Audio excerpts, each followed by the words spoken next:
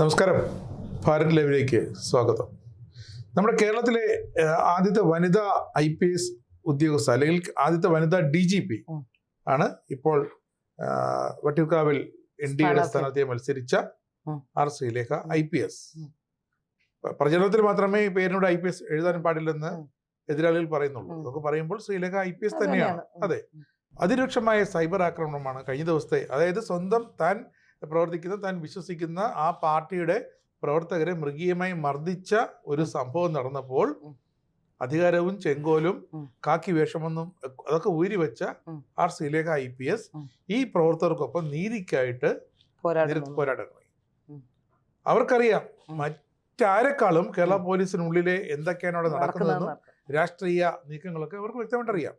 അപ്പോൾ ആ ശ്രീലേഖ വിളിച്ച ഒരു വാക്ക് "വടാ പുല്ലേ പോലീസെ" എന്ന് വിളിച്ചെങ്കിൽ അത് പോലീസിന്റെ എവിടെയാണ് കൊണ്ടുവന്നാണ് നമുക്ക് ചർച്ച ചെയ്യേണ്ടത്. കാരണം പോലീസിന് അങ്ങനെ കൊള്ളുമോ? ഹൃദയമുള്ളവരാണോ പോലീസ്? പണ്ട് കാലത്തൊക്കെ ഈ ചില പോലീസുകാരുണ്ടാകും, ചില SI-മാര് തമ്പാനൂരൊക്കെ അലഞ്ഞിരിഞ്ഞ് നടക്കുന്നവരെ കൊണ്ടുപോയി കുളിപ്പിച്ച് മുടിവെട്ടി അവർക്ക് ആഹാരമൊക്കെ വാങ്ങിച്ചു കൊടുക്കുന്ന ഒരു ജനകീയ പോലീസ്, ജനമൈത്രി പോലീസ് എന്ന് പറഞ്ഞിട്ട് എനിക്ക് ഉമ്മൻചാണ്ടിയുടെ കാലത്താണ് കുറച്ചുകൂടി ഒരു പോലീസുകാർക്ക് ഒരു മാന്യമായ വേഷവും മാന്യമായ രീതിയും ഒക്കെ കൈവന്നത് ഉമ്മൻചാണ്ടിയുടെ കാലത്താണ്. അതെ അതെ, സത്യം. അപ്പോ പോലീസ് സേനയ്ക്ക് ഇപ്പോ ഞാൻ മനസ്സിലാക്കുന്നത് ശ്രീലേഖയെ കുറിച്ച് ഗുരുതരമായ ശ്രീലേഖയെ വ്യക്തിഹത്യ ചെയ്യാനുള്ള ശ്രമങ്ങൾ നടത്തുന്നു എന്നുള്ളതാണ്. ചിലരൊക്കെ പറയുന്നുണ്ട് 33 വർഷം, ശ്രീലേഖ പറഞ്ഞൊരു വാചകം 33 വർഷം ഈ സേനയിലായിരുന്നല്ലോ ഞാൻ ജോലി ചെയ്തതെന്ന് എന്നെ നാണം കെടുത്തുന്നു എന്നുള്ളതാണ് പറഞ്ഞത്. അതിന് ചില പ്രധാനപ്പെട്ട കാരണങ്ങളുണ്ട്. ആ കാരണങ്ങളൊന്നും ചർച്ച ചെയ്യാതെ, ശ്രീലേഖ എന്തുകൊണ്ട് പറഞ്ഞു എന്നത് ചർച്ച ചെയ്യാതെ, ശ്രീലേഖ BJP നേതാവും NDA സ്ഥാനാർത്ഥിയായതുകൊണ്ട് ശ്രീലേഖയെ വിമർശിക്കുന്നു എന്നുള്ളതാണ് എനിക്ക് മനസ്സിലാക്കാൻ സാധിക്കുന്നത്. അതിനൊരു കാരണം കഴിഞ്ഞ ദിവസം നമ്മുടെ ബഹുമാന്യ മേയർ VV രാജേഷ് ഇവിടെ നമ്മുടെ ചർച്ചയ്ക്ക് വന്നിരുന്നല്ലോ. രാജേഷ് പറഞ്ഞത് സമൂഹ മാധ്യമങ്ങളല്ലല്ലോ എങ്ങനെ ഭരിക്കണമെന്ന് തീരുമാനിക്കേണ്ടത്, അതെ ഇവിടെ തീരുമാനിക്കുന്നത് അവരാണ്. അതെ അതെ, ഇപ്പൊ സമൂഹ മാധ്യമങ്ങളാണ് ഇത്തരത്തിലുള്ള ആക്രമണങ്ങൾക്ക് കൂട്ടുകൂട്ടുന്നത്. ഒരുപക്ഷെ ശ്രീലേഖയെ ആക്രമിച്ചാൽ കൂടുതൽ റീച്ച് കിട്ടുമെന്ന് അവർക്കറിയാം. അതുകൊണ്ടായിരിക്കും കഴിഞ്ഞ കുറേ നാളുകളായി സുരേഷ് ഗോപി ആയിരുന്നു ടാർഗറ്റ്. സുരേഷ് ഗോപിയെ വിട്ട ശേഷം വീണ്ടും ശ്രീലേഖയിലേക്ക് തിരിഞ്ഞിരിക്കുന്നു എന്നാണ് മനസ്സിലാക്കാൻ സാധിക്കുന്നത്. ഇവിടെ സംഭവിച്ച വിഷയങ്ങളെ നമ്മളൊന്ന് ഗൗരവത്തോടെ തന്നെ കാണണം. ഒരു സ്ഥലത്ത് ഒരു ലോ ആൻഡ് ഓർഡർ ഇഷ്യൂ ഉണ്ടാകുന്നു. ഒരു സ്ഥലത്ത് മലമുകൾ എന്ന് പറയുന്ന വട്ടിയൂർക്കാവിലെ ഒരു സ്ഥലത്ത് അവിടുത്തെ ഒരു പ്രവർത്തകന്റെ ഭാര്യയെ അയൽവാസി തുണി പൊക്കി കാണിക്കുകയും ലൈംഗികമായി പലതരത്തിലുള്ള ആംഗ്യങ്ങൾ കാണിക്കുകയും ഒക്കെ ചെയ്യുന്നിടത്തുനിന്നാണ് പ്രശ്നങ്ങളുടെ തുടക്കം. അവർ പരാതി കൊടുക്കുന്നു. എന്നാൽ പരാതി കൊടുത്തവരെ സംരക്ഷിക്കേണ്ട പോലീസ് ചെയ്തത് ആരാണോ പ്രതി, ആ പ്രതിയെ സംരക്ഷിക്കാനുള്ള നീക്കമാണെന്നുള്ളതാണ്. ആ പ്രതിയെ സംരക്ഷിക്കാനുള്ള നീക്കം നടത്തുമ്പോൾ വീണ്ടും അടുത്തത് ഇടപ്പഴിഞ്ഞ് ക്ഷേത്രത്തിലേക്ക് എത്തും. അവിടെ ക്ഷേത്ര സംരക്ഷണ സമിതിയുടെ കീഴിലുള്ള ക്ഷേത്രമാണ്. ആ ക്ഷേത്രത്തിനകത്ത് ഈ പറയപ്പെടുന്ന പ്രതിയുണ്ട്, അല്ലെങ്കിൽ ഈ പറയപ്പെടുന്ന പ്രതിയല്ല വാദിയുണ്ട് എന്ന് പറഞ്ഞുകൊണ്ടാണ് അവിടെ വന്ന് ബഹളം ഉണ്ടാക്കുന്നത്. പ്രതിപട്ടികയിലില്ല. അപ്പോൾ ആ വാദി അവിടെ ഉണ്ട് എന്ന് പറഞ്ഞുകൊണ്ട് ബഹളം വെക്കുന്നു. ഇനി അഥവാ വാദി ഉണ്ടായിരിക്കട്ടെ, അല്ലെങ്കിൽ ഇനി അയാൾ പ്രതിയായിരിക്കട്ടെ, ഒരു ക്ഷേത്രത്തിൽ വന്ന് ഒരു ആൾ അവിടെ ഉണ്ട് എന്ന് സംശയം തോന്നിയാൽ നമ്മൾ എന്താ ചെയ്യുന്നത്? ആദ്യം ഒന്ന് അവരോട് സംസാരിക്കും, ക്ഷേത്ര ഭാരവാഹികളോട് സംസാരിക്കും, സെർച്ച് വാറണ്ട് പുറപ്പെടുവിക്കണം, അതിനകത്ത് കയറി സെർച്ച് ചെയ്യണമെങ്കിൽ. ഇവിടെ ക്ഷേത്രത്തിൽ യാതൊരു തത്വദീക്ഷയും ഇല്ലാതെ ക്ഷേത്രത്തിൻ്റെ അവിടെ നടന്നുകൊണ്ടിരുന്ന പരിപാടി, ഒരു മതപാഠശാല നടക്കുന്നുണ്ടായിരുന്നു എന്നാണ് പറയുന്നത്. അവിടെ കുട്ടികൾക്കുള്ള എനിക്കൊന്ന് ബാലഗോകുലം വല്ലതുമായിരിക്കും നടക്കുന്ന ഹോളാണ്. ആ ഹോളിനകത്ത് എന്തോ ഒരു മീറ്റിംഗ് നടന്നുകൊണ്ടിരിക്കുകയായിരുന്നു. ആ മീറ്റിങ്ങിലേക്ക് വാതിൽ ചവിട്ടിപ്പൊളിച്ചെത്തുന്ന ഒരു വാതിൽ ചവിട്ടിപ്പൊളിക്കുന്നതിന് മുമ്പ് അവിടുത്തെ അതിൻ്റെ ഭാരവാഹികളോട് ചോദിക്കണ്ടേ അവിടെ എന്താണ് നടക്കുന്നത്? അല്ലെങ്കിൽ അവിടെ ഒന്ന് തുറന്നു കാണിക്കുമോ, നിങ്ങളൊന്ന് തുറക്കൂ എന്നല്ലേ മര്യാദയ്ക്ക് പോലീസ് പറയേണ്ട കാര്യം. അത് ചെയ്തില്ല. അതിനെതിരെ സമരം ചെയ്യാൻ പോയ വനിതാ കൗൺസിലർമാർ, തിരുവനന്തപുരത്ത് ഒരുപാട് വനിതാ കൗൺസിലർമാരും തിരുവനന്തപുരത്ത് വനിതകളിൽ ഏറ്റവും കൂടുതലുള്ളത് BJPക്കാണ്. അപ്പോൾ നേരത്തെ തന്നെ അവർ പ്രഖ്യാപിച്ചതാണ്. അതായത് മിനിഞ്ഞാന്ന് അവർ തലേദിവസം വൈകുന്നേരം പ്രഖ്യാപിച്ച 6 മണിയോടുകൂടി പ്രഖ്യാപിച്ചു വനിതകൾ വട്ടിയൂർക്കാവ് പോലീസ് സ്റ്റേഷനിലേക്ക് മാർച്ച് ചെയ്യുന്നു. വനിതാ പോലീസുകാരെ ഇറക്കേണ്ടതിന് പകരം 5 വനിതാ പോലീസുകാരെയും ബാക്കിയുള്ള പുരുഷ പോലീസുകാരെ, വനിതാ പോലീസിന് കുറവൊന്നുമില്ല കേരളത്തിലെ പോലീസ് സേനയിൽ, തിരുവനന്തപുരത്ത് കുറവൊന്നുമില്ല. ഇവിടെ പിന്നെ പല പോലീസ് ട്രെയിനിങ് കോളേജ് ഉണ്ട്, ഇവിടെ ഇഷ്ടംപോലെ പോലീസുകാർ ബറ്റാലിയൻ ഉണ്ട്. അപ്പൊ അവരെ ഇറക്കാതെ അവിടെ ഒരു 5 വനിതാ പോലീസുകാരെ ഇറക്കിയ ശേഷം ബാക്കിയുള്ളത് മുഴുവൻ പുരുഷ പോലീസുകാരാണ്. ഈ പുരുഷ പോലീസുകാരടക്കം സ്ത്രീകളെ അനാവശ്യമായി സ്പർശിച്ചു എന്ന തരത്തിലുള്ള വാർത്ത വരുന്നു. തിരുവനന്തപുരത്ത് ആദ്യമായല്ല BJP സമരം നടത്തുന്നത്. BJPയും മഹിളാ മോർച്ചയും ഒരുപാട് സമരങ്ങൾ നടത്തിയിട്ടുണ്ട്. ഇന്ന് വരെ ഉന്നയിക്കാത്ത ഇത്തരത്തിലുള്ള ആരോപണം ഉന്നയിക്കുമ്പോൾ അത് യാഥാർത്ഥ്യ ബോധത്തോടെ തന്നെ കാണണം. കാരണം ഇത്രയും കാലം ഇത്തരത്തിലുള്ള ആരോപണം ഉണ്ടായിട്ടില്ല. വനിതകൾ ഇവിടെ വലിയ വലിയ വലിയ പ്രക്ഷോഭങ്ങൾ, സെക്രട്ടേറിയറ്റിന്റെ മുന്നിൽ ഏറ്റവും വലിയ സമരങ്ങൾ നടത്തിയിട്ടുള്ളത് തിരുവനന്തപുരത്ത് ഈ അടുത്ത കാലത്ത് BJP തന്നെയാണ്, മഹിളാ മോർച്ച തന്നെയാണ്. അന്നൊന്നും അവർ ഉന്നയിക്കാത്ത ഒരു ആരോപണം ഇപ്പോൾ ഉന്നയിക്കുന്നുണ്ടെങ്കിൽ അത് യാഥാർത്ഥ്യബോധത്തോടെയുള്ള കാര്യമാണ്, അത് പറയുന്നത് സത്യമാണ് എന്നുള്ളതാണ് ഏറ്റവും പ്രധാനപ്പെട്ട കാര്യം. ഇവിടെ ഇന്നലെ ഞാൻ ഒരു വാർത്താ സമ്മേളനത്തിൽ പോയപ്പോൾ കണ്ട കാഴ്ചയാണ്. മനോരമ ഒരു പടം പ്രസിദ്ധീകരിക്കുന്നു. ഒരു വനിതാ പോലീസുകാരി ഒരു സമരാർത്ഥിയെ കടിക്കുന്ന ഒരു പടം. അപ്പോൾ അവിടെ വന്നിട്ടുള്ള മാധ്യമപ്രവർത്തകരടക്കം പറയുന്നത്, നിങ്ങൾ പറയുന്നത് പുരുഷ പോലീസുകാരാണ് കടിച്ചതെന്നാണല്ലോ, വനിതാ പോലീസുകാരാണ് കടിച്ചതെന്ന് എന്ന് പറഞ്ഞ് ന്യായീകരിക്കാനുള്ള ശ്രമം നടന്നു. വനിതാ പോലീസാണെങ്കിലും പുരുഷ പോലീസാണെങ്കിലും ഒരു സമരത്തിന് വരുന്ന ആളെ കടിക്കാനല്ല അവരെ പഠിപ്പിക്കുന്നത്. അത് ഏത് മുറയിലാണ് ഇവരെ കടിക്കാൻ പഠിപ്പിക്കുന്നത് എനിക്കറിയില്ല. ഒന്ന്. അപ്പോൾ അത് കൂടാതെ മറ്റൊരു പ്രധാനപ്പെട്ട വിഷയം അവിടെ നടന്നിട്ടുള്ളത് ജലപീരങ്കിയെ സംബന്ധിച്ചാണ്.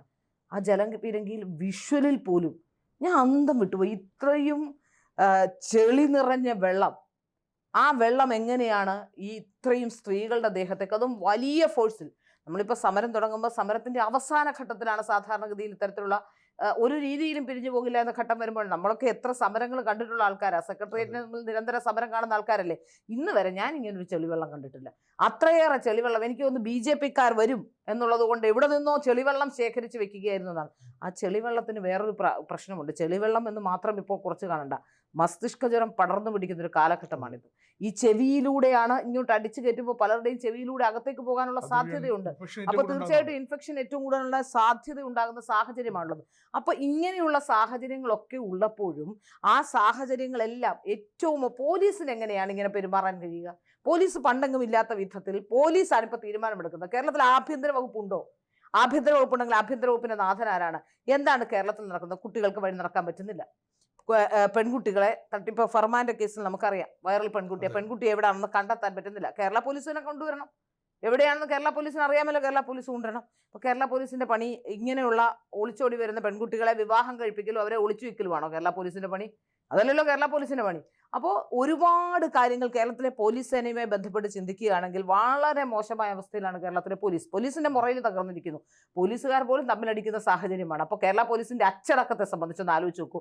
പരസ്പരം ദേഷ്യം ചരിത്രത്തിൽ എന്തെങ്കിലും കേട്ടിട്ടുണ്ടോ പോലീസുകാർ തമ്മിലടിക്കുന്ന കഥ? ആദ്യമായിട്ടാണ്. പിണറായി വിജയൻ ഇരട്ടച്ചങ്കാണെന്നൊക്കെയാണ് പറയുന്നത്. ഈ ഇരട്ടച്ചങ്കിന്റെ കീഴിലുള്ള ആഭ്യന്തര വകുപ്പിന് കീഴിലുള്ള ലോ ആൻഡ് ഓർഡറിന്റെ കീഴിലുള്ള പോലീസാണ് പരസ്പരം തല്ലുന്നത്. അതും പോലീസ് ആസ്ഥാനത്തിന് മുന്നിൽ വെച്ച്. ഇന്ന് വരെ ഞാൻ എൻ്റെ ചരിത്രത്തിൽ ഇന്നുവരെ ആദ്യമായാണ് പോലീസ് ആസ്ഥാനത്ത് വെച്ച് പോലീസുകാർ തമ്മിൽ തല്ലുന്ന കഥ കേൾക്കുന്നത്. ആ സേനയുടെ അച്ചടക്കം പോലും പോയി എന്നുള്ളതാണ്. എത്ര പോലീസുകാർ ക്രിമിനൽ കേസുകളിൽ പെട്ടിട്ടുണ്ട്, എത്ര പോലീസുകാർ സ്ത്രീപീഡന കേസുകളിൽ പെട്ടിട്ടുണ്ട് കഴിഞ്ഞ വർഷങ്ങളിലെല്ലാം. അപ്പോൾ കേരളത്തിലെ പോലീസ് ഇപ്പൊ ശ്രീലേഖയെ മൈൻഡ് ചെയ്യേണ്ട, അവരെന്തെങ്കിലും പറഞ്ഞോട്ടെ എന്നൊക്കെ പറയുന്നതിൽ ഒരു കാര്യവുമില്ല. അവരെ സംബന്ധിച്ച് അത്തരത്തിലുള്ള ബ്ലാക്ക് മാർക്കുകളൊന്നുമുള്ള സ്ത്രീയല്ല. അവര് സേനയിൽ ഉണ്ടായിരുന്ന കാലഘട്ടത്തിൽ ഇപ്പോൾ നമ്മൾ ലോ ആൻഡ് ഓർഡറിന്റെ കാര്യത്തിൽ നമ്മളിപ്പോൾ മാധ്യമപ്രവർത്തകരും ഇപ്പൊ എനിക്ക് എല്ലാം പറയാൻ കഴിയില്ല. പക്ഷെ ഒരു രാഷ്ട്രീയത്തിന് നമ്മൾക്കെല്ലാം രാഷ്ട്രീയമുണ്ട്. പക്ഷെ ഒരു വിഷയം വരുമ്പോൾ അതിനെ കടുത്ത രാഷ്ട്രീയമായി കാണാതെ, രാഷ്ട്രീയമായി മാത്രം അതിനെ ചിന്തിക്കാതെ നമ്മൾ പ്രവർത്തിക്കേണ്ടവരല്ലേ യഥാർത്ഥത്തിൽ?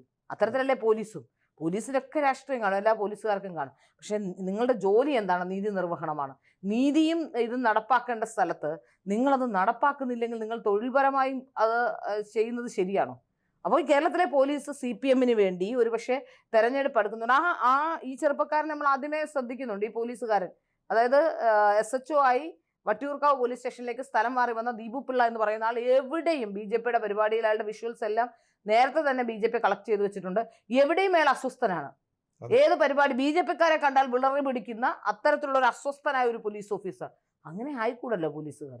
അത് നമ്മുടെ തെരഞ്ഞെടുപ്പ് നോട്ടിഫിക്കേഷൻ വരുന്നതിന് മുമ്പ് തന്നെ ഈ സംസ്ഥാനത്ത് നമ്മുടെ ഒരു ജില്ലയിലെ പോലീസ് ഉദ്യോഗസ്ഥരെ SHO അടക്കമുള്ളവരെ അടുത്ത ജില്ലകളിലേക്ക് മാറ്റുന്ന പതിവാണ്.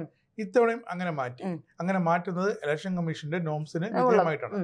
പക്ഷെ ഈ പറഞ്ഞ പ്രകാരം ഇതുപോലെ തന്നെ കടുത്ത CPM അനുഭാവിയായ ഒരു SHO പോയിട്ട് തിരിച്ച് അതേ പദവിയിലേക്ക് വരുന്നത് അതേ അനുഭവം. അപ്പോൾ അതെങ്ങനെ സംഭവിച്ചു?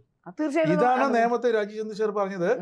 68ഓളം ലേബർ വകുപ്പ് ഉദ്യോഗസ്ഥരാണ് ലേബർ മന്ത്രിയുടെ തെരഞ്ഞെടുപ്പിന് വേണ്ടിയിട്ട് അവിടെ ഇലക്ഷൻ കമ്മീഷന്റെ സ്റ്റാഫായിട്ട് അവിടെ ഉണ്ടായിരുന്നു. ഇല്ല, ഇലക്ഷൻ കമ്മീഷനെ സംബന്ധിച്ച് സംശയമുണ്ടല്ലോ. ഇലക്ഷൻ കമ്മീഷൻ ഇപ്പൊ നമ്മൾ ഈ പറയുന്ന പോലെ ഇലക്ഷൻ കമ്മീഷന്റെ എല്ലാ കാര്യങ്ങളും കേന്ദ്ര സർക്കാരിന്റെ തലയിലൊന്നും വെക്കണ്ട. കേരളത്തിൽ BJP-യുടെ സീല് BJP-യുടെ സീൽ എങ്ങനെയാണ് ഇലക്ഷൻ കമ്മീഷന്റെ ഓഫീസിൽ എത്തിച്ചത്? അതെങ്ങനെയാണ് അതെങ്ങനെയാണ് പുറത്തു പോയത്? ആ സീൽ ഉണ്ടാക്കിയതാണ്, കൃത്യമായിട്ട് ആളെ പുറത്താക്കിയില്ല. അപ്പൊ ഇലക്ഷൻ കമ്മീഷനിലും പിണറായി വിജയന്റെ അതാ ഇലക്ഷൻ കമ്മീഷനിലും ഇത്തരത്തിലുള്ള ചാരന്മാരുണ്ടെന്ന് വ്യക്തമായതല്ലേ? അപ്പൊ അങ്ങനെയായിരിക്കും ഈ തെരഞ്ഞെടുപ്പിൽ ഷഫ്ലിംഗും ഉണ്ടായിട്ടുള്ള കേരള പോലീസിന്റെ ഷഫ്ലിംഗ് എന്ന് പറഞ്ഞാൽ കേരള പോലീസ് ആയിരിക്കും ചെയ്യുന്നത്. അവര് തന്നെയാണ് ഒരു എ പോയാൽ ഡബിൾ എ വരുന്നു, എ പോയാൽ ബി അല്ല. എ എന്നൊരു ഉദ്യോഗസ്ഥൻ അങ്ങോട്ട് പോയാൽ ഡബിൾ എ ഉദ്യോഗസ്ഥൻ തിരികെ വരുന്നു. അപ്പൊ ഈ എ അവിടെ നിന്ന് ഡബിൾ എ ആകുന്നു. അതായത് എനിക്ക് തോന്നുന്നു കേരളത്തിലെ പ്രശ്നം ഉണ്ടാക്കാൻ സാധ്യതയുള്ള, അതായത് ഇപ്പൊ വട്ടിയൂർക്കാവ്, നേമം ഇങ്ങനെയുള്ള സ്ഥലങ്ങളൊക്കെ BJP-ക്ക് വിജയിക്കാൻ സാധ്യതയുള്ള മണ്ഡലങ്ങളാണ്. അവിടെ പ്രശ്നം ഉണ്ടാക്കാനും പ്രതിസന്ധി ഉണ്ടാക്കാനും BJP പിന്നെ മൊത്തത്തിൽ ഇവർക്ക് ഹാലിളകിയിരിക്കുകയാണ്. കാരണം കേരളത്തിൽ BJP തിരുവനന്തപുരത്ത്, പ്രത്യേകിച്ച് തിരുവനന്തപുരം സംബന്ധിച്ചിടത്തോളം പ്രസ്റ്റീജിയസ് ആയിട്ടുള്ള ഒരു മത്സരമായിരുന്നു. തിരുവനന്തപുരം കോർപ്പറേഷൻ BJP പിടിക്കുകയും VV രാജേഷ് കഴിഞ്ഞ 3 മാസമായി VV രാജേഷ് എന്ന് പറഞ്ഞൊരു മേയറെ പറ്റി കേരളത്തിൽ ഒരു ഒറ്റ മേയറെ ചർച്ച ചെയ്യപ്പെടുന്നത്. കേരളത്തിൽ ആകെ എനിക്ക് തോന്നുന്നു ഒരു മേയറെ ഉള്ളെന്ന് തോന്നുന്ന രീതിയിലാണ് ചർച്ചകൾ പോയിക്കൊണ്ടിരിക്കുന്നത്. വേറെ ഇപ്പം മറ്റൊരു സംഭവം വന്നത് കൊച്ചിയിലെ മിനിമോളെ പറ്റിയാണ്. മിനിമോൾ എന്തോ ഒരു അഴിമതി കേസിലാണത്. അല്ലാതെ കേരളത്തിൽ ചർച്ച ചെയ്യപ്പെടുന്ന മേയറും ഡെപ്യൂട്ടി മേയറും ഒക്കെ അപ്പോൾ രാവിലെ മുതൽ പഴയ അഴിമതിയാണ്. അപ്പോൾ ഈ കേരളത്തിൽ ഇപ്പോൾ BJP-ക്കാരുടെ പിറകെ ഇങ്ങനെ അവിടെ ലൈറ്റ് ഇടുന്നു, ഇവിടെ ഫാൻ ഇടുന്നു, അവിടെ കറണ്ട് ഇല്ല, ഇവിടെ ലൈറ്റ് ഇല്ല, ഇങ്ങനെ പറഞ്ഞുകൊണ്ട് ഇപ്പൊ കോർപ്പറേഷൻ ഓഫീസിൽ ലൈറ്റും ഫാനും ഇട്ടുന്ന കഴിഞ്ഞ ദിവസം ഒരു വാർത്ത ഉണ്ട്. കോർപ്പറേഷൻ ഓഫീസിൽ കുറെ നേരം ലൈറ്റും ഫാനും കിടന്നു വന്നു. ലൈറ്റും ഫാനും ഓഫ് ആക്കേണ്ടത് മേയറുടെ ചുമതലയല്ലല്ലോ. അവിടുത്തെ സ്റ്റാഫ് ആരാണോ അവരാണോ ഓഫ് ആക്കേണ്ടത്. അപ്പോൾ മേയർക്ക് എപ്പോഴും അവിടെ ഇരുന്ന് ലൈറ്റും ഫാനും ഓഫ് ചെയ്യാൻ സമയം ഉണ്ടാവില്ല. അദ്ദേഹം പുറത്തു പോവുകയോ അല്ലെങ്കിൽ എന്തെങ്കിലും ആവശ്യത്തിന് പുറത്തു പോവുകയോ ചെയ്യുമ്പോൾ എപ്പോഴും അതിനകത്ത് ചിലപ്പോൾ 2 പേരുണ്ടാവും, ആരെങ്കിലും ഇരിക്കുന്നുണ്ടാവും. അപ്പോൾ അദ്ദേഹത്തിന് എപ്പോഴും ലൈറ്റ് ഓഫ് ചെയ്ത് പോകാന്നുള്ള പോസിബിൾ. കഴിഞ്ഞ 45 വർഷമായിട്ട് അങ്ങനെയായിരുന്നു. മേയറും ഡെപ്യൂട്ടി മേയറും പോകുമ്പോൾ ലൈറ്റ് ഓഫ് ചെയ്തിട്ട് പോകുള്ളൂ. ഉള്ളൂ അങ്ങനെ. അപ്പൊ അതുകൊണ്ടാണ് തോന്നുന്നു ഇപ്പൊ ഇവർ രണ്ടുപേരും അങ്ങനെ ഇവരുടെ പിറകെ നടന്നത്. അതായത് അതിന് 2 കാര്യമുണ്ട്.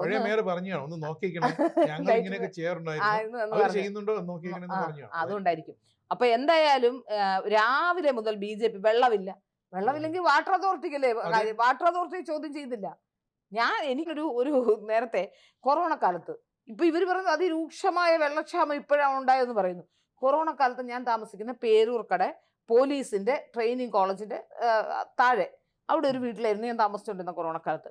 ആ സമയത്ത് എനിക്ക് വെള്ളമേ കിട്ടില്ല. കൊറോണ കാലത്ത് ആ ഭാഗത്തേക്ക് വെള്ളം വരില്ല, കാരണം മറ്റ് ഫ്ലാറ്റുകളിലേക്ക് വെള്ളം അടിച്ചു പോകും. അപ്പൊ ഇവിടെ ഈ താഴ്ന്ന പ്രദേശങ്ങളിലേക്ക് വെള്ളം കിട്ടാനുള്ള സാധ്യതയില്ല.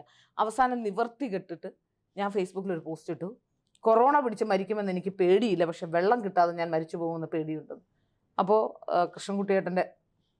മന്ത്രി കൃഷ്ണൻകുട്ടിയുടെ പേഴ്സണൽ സ്റ്റാഫിലൊക്കെ ഉണ്ടായിരുന്ന മന്ത്രിയുമായി നല്ല അടുത്ത ബന്ധമുള്ള മുരുകദാസ് എന്നെ വിളിച്ചു.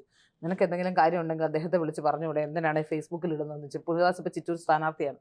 അങ്ങനെ അദ്ദേഹം ഇടപെട്ട് അതിനുശേഷം എനിക്ക് വെള്ളം മുടങ്ങിയിട്ടില്ല കേട്ടോ. ഇപ്പോഴും അതിന് കാരണമുണ്ട്. അതായത് വാട്ടർ അതോറിറ്റിയിലെ സബ് എഞ്ചിനീയർമാർക്കോ ഉദ്യോഗസ്ഥർക്കോ എവിടെയാണ് ആ പ്രദേശത്തെ ജലത്തിന്റെ വിതരണം നിയന്ത്രിക്കുന്ന വാൽവ് ഉണ്ടെന്ന് അറിയില്ല. അത് അറിയാവുന്നത് കരാറുകാർക്കാണ്. ഈ കരാറുകാരാണ് ഈ വാൽവ് അടയ്ക്കുന്നതും തുറക്കുന്നത്. അവർക്കറിയാം 2 ഭാഗത്തെ വാൽവുകൾ ഒരുമിച്ച് അടച്ചാൽ അവിടെ പൈപ്പ് പൊട്ടുമെന്ന്. പൊട്ടിയാൽ മാത്രമേ അത് പറയുന്നുണ്ട്. വാട്ടർ അതോറിറ്റിയിൽ നിന്ന് 600 ലിറ്റർ വെള്ളം വന്നാൽ 300 ലിറ്റർ വെള്ളം 200 ലിറ്റർ വെള്ളമേ തിരുവനന്തപുരത്തെ കരുവിക്കരയിൽ നിന്ന് വരുന്ന അവിടെ ലോസ് ഉണ്ട്. പിന്നെ ചെറിയ പൈപ്പുകൾ അടുത്ത ലോസ് ഉണ്ട്. അപ്പൊ ഈ പൈപ്പ് പൊട്ടിയാലേ ഇവർക്ക് ജോലിയുള്ളൂ. അതുകൊണ്ട് അവർക്ക് എല്ലാ ദിവസവും ജോലി ഉണ്ടെങ്കിലേ ഇവർക്ക് ബില്ല് മാറാൻ പറ്റുള്ളൂ. അപ്പോൾ പിന്നെ ഇന്ന ഫ്ലാറ്റിലേക്ക് വെള്ളം കിട്ടണമെന്ന് പറയുമ്പോൾ ഈ വാൽവ് കരാറുകാരൻ വന്ന് തുറക്കും, അടയ്ക്കും. പലയിടത്തും വാട്ടർ അതോറിറ്റി ജീവനക്കാർക്ക് അറിയില്ല വാൽവ് എവിടെ ഉണ്ടെന്ന്. അതുകൊണ്ട് ഇപ്പോൾ അവരൊരു നമ്മുടെ സ്മാർട്ട് സിറ്റിക്കെതിരെയൊക്കെ ഒരു വെള്ളം ലഭിക്കുന്നില്ല, അവരാണ് ആ പണി ചെയ്യേണ്ടതെന്ന് പറഞ്ഞിട്ടൊരു ചേരുന്ന അതും ഉണ്ടായിട്ടുണ്ട്. അപ്പം സഖി കെട്ടാണ് അവര്. അതെ, ഇപ്പൊ ഏതായാലും എനിക്ക് തോന്നുന്നതേ നമ്മൾ പ്രശ്നത്തിലേക്ക് തിരിച്ചു വന്നാൽ ഇപ്പൊ എവിടെയാണ് ചള്ളവെള്ളം കേരള പോലീസ്. അത് ഞാൻ പറഞ്ഞുതരാം. അതായത് ഈ നമ്മുടെ ഹിറ്റ്ലറുടെ കാലത്ത് ഇതുപോലത്തെ ചില വേലത്തരങ്ങളൊക്കെ ഉണ്ടായിരുന്നു, വായിച്ചു കേട്ടിട്ടുണ്ട്. അതായത് ഈ രോഗം പരത്തുന്ന ഇപ്പൊ ചൈനക്കാർ ചെയ്യുന്നവര് വൈറസ് പകർത്തി. അപ്പൊ അവർ ഈ വെള്ളം കാലങ്ങളായിട്ട് കാരണം അടുത്തിടെ ഈ ഇലക്ഷൻ സമയമായതുകൊണ്ട് ഈ വെള്ളം പമ്പ് ചെയ്യുന്ന വാഹനത്തിന് വലിയ ജോലിയൊന്നുമില്ല, റെസ്റ്റിലായിരുന്നു. അപ്പോൾ ആ വെള്ളം അവരതില് ഞാൻ അറിഞ്ഞെടുത്തോളം അന്വേഷിച്ചിടത്തോളം അവരെ വെള്ളം ആ ടാങ്കിൽ സൂക്ഷിച്ചു വെച്ചേക്കായിരുന്നു. അത് അവിടെ കിടന്ന് കൊതുകും എല്ലാം ആയിട്ട് അങ്ങേറ്റവും സാംക്രമിക രോഗം പടർത്താൻ അത് കാരണം രോഗം പിടിച്ച് കിടക്കുന്നുണ്ടെങ്കിൽ കിടന്നോട്ടെ എന്നാണ് ഇൻഫെക്ഷൻ ആണെന്ന് പറഞ്ഞു. ഇൻഫെക്ഷൻ അതുകൂടാതെ അവരെ ശാരീരികമായി നൗഫൽ എന്ന് പറയുന്ന ഒരു പോലീസുകാരൻ, ആ പോലീസുകാരൻ ഈ സമരക്കാരായ സ്ത്രീകളെ കയറി പിടിച്ചു എന്നാണ് പറയുന്നത്. അപ്പോൾ ശ്രീലേഖയെ സംബന്ധിച്ചിടത്തോളം ശ്രീലേഖ ഈ പോലീസിന്റെ ഭാഗമായി ഞാൻ അവിടെ നിന്നത് എനിക്ക് മോശം നാണക്കേട് തോന്നുന്നു പറയുന്നതിൽ എന്ത് തെറ്റാ ഉള്ളത്? ശരിയാണ്. ഒരു കാലത്ത് ഇവരൊക്കെ പോലീസ് നമ്മൾ ഈ ശ്രീനിവാസൻ എന്ന് പറഞ്ഞൊരു പോലീസ് ഓഫീസർ ഉണ്ടായിരുന്നു. ഇപ്പൊ എനിക്ക് തോന്നുന്നു അദ്ദേഹം കാസർഗോഡ് അവിടെ തിരുവനന്തപുരത്ത് ഡോക്ടർ ശ്രീനിവാസൻ. അദ്ദേഹമൊക്കെ എത്ര നന്നായിട്ട് അദ്ദേഹം പല സമരക്കാരെയും കാലിന് താഴ്പോട്ടെ അദ്ദേഹം അടിക്കുകയുള്ളൂ, തലയ്ക്ക് അടിക്കില്ല. അദ്ദേഹം ഡോക്ടറാണ്. അതുകൊണ്ട് അദ്ദേഹം തന്നെ പറഞ്ഞു തരും. നമ്മളെ വിളിച്ചിട്ട് പലപ്പോഴും അവിടെ നിൽക്കുമ്പോൾ നമ്മൾ പത്രക്കാരുമായിട്ട് നല്ല ബന്ധത്തിലുള്ള ഒരാളായിരുന്നു. അപ്പൊ അദ്ദേഹം പറയും അദ്ദേഹം എന്തുകൊണ്ടാണ് അങ്ങനെ നിലപാടെടുക്കുന്നത്, ഞാൻ ഡോക്ടറാണ്, അതുകൊണ്ട് അടിച്ചാൽ എന്തൊക്കെ സംഭവിക്കുന്നു. അപ്പോൾ തന്റെ മുന്നിൽ നിൽക്കുന്ന ഒരാൾക്ക് മുറിവേൽക്കരുത്, നല്ല പോലീസ് ഓഫീസറായിരുന്നു. എവിടെയാണെന്ന് ഒരു പിടിയില്ല, നല്ല പോലീസ് ഓഫീസറായിരുന്നു. അപ്പോൾ അദ്ദേഹത്തെ പോലുള്ള ആൾക്കാർ, അപ്പൊ ഈ പോലീസുകാർ രാഷ്ട്രീയം കളിക്കാൻ പോകുന്ന വലിയ പ്രശ്നമാണ്. ശ്രീലേഖയെ സംബന്ധിച്ച് പോലീസിന് ശേഷമായതിനു ശേഷമാണ്, അവർ റിട്ടയർ ആയതിനു ശേഷമാണ് വന്നത്. ഇനി അത് മാത്രമല്ല, ആലോചിച്ച് നോക്കൂ, കേരളത്തിലെ റിട്ടയർ ആയിട്ടുള്ള 3 DGP BJPയിലേക്ക് വന്നിട്ടുണ്ട്. അവരെല്ലാം ഇപ്പോൾ ജേക്കബ് തോമസിനെ അധികം ഈ പൊതുരംഗത്തേക്ക് ഇപ്പൊ കാണുന്നില്ല. പക്ഷെ എങ്കിൽ പോലും സെൻകുമാർ സാറും അതുപോലെ തന്നെ ശ്രീലേഖ മാഡവും അടക്കമുള്ളവർ അവരെല്ലാം ഒരേ സ്വരത്തിൽ പോലീസിനെതിരെ പറയുന്നുണ്ടെങ്കിൽ തീർച്ചയായും അത് പോലീസിനെ നവീകരിക്കുക എന്നുള്ളതല്ലേ വേണ്ടത്. ഈ വനിതാ പോലീസിന് ആളില്ല എന്ന് പറഞ്ഞല്ലോ. നമ്മുടെ കഴക്കൂട്ടത്താണ്, അടുത്ത കാലത്താണ് നമ്മുടെ ഗെയിംസ് വില്ലേജിലാണ് ഒരു വനിതാ പോലീസിന്റെ ബറ്റാലിയൻ, പ്രത്യേകം ഒരു SP യുടെ കീഴിൽ വനിതാ പോലീസ് ബറ്റാലിയൻ കമാൻഡിന്റെ കീഴിൽ. ആ ബറ്റാലിയൻ എന്നുള്ള ഒരു 1000 പേരുണ്ടെങ്കിൽ ഒരു മിക്കവാറും 1-2 വലിയ ബസ് പോലീസുകാരാണ് എല്ലാ ദിവസവും തിരുവനന്തപുരം സിറ്റിക്കകത്ത് ഡ്യൂട്ടിക്ക് വരുന്നത്. അപ്പോൾ ഈ പോലീസുകാർ അന്ന് എന്ത് ചെയ്തു? അവരെവിടെ പോയി? അവർക്കെല്ലാം അവധി കൊടുത്തു. അപ്പൊ പോലീസുകാരുണ്ട്,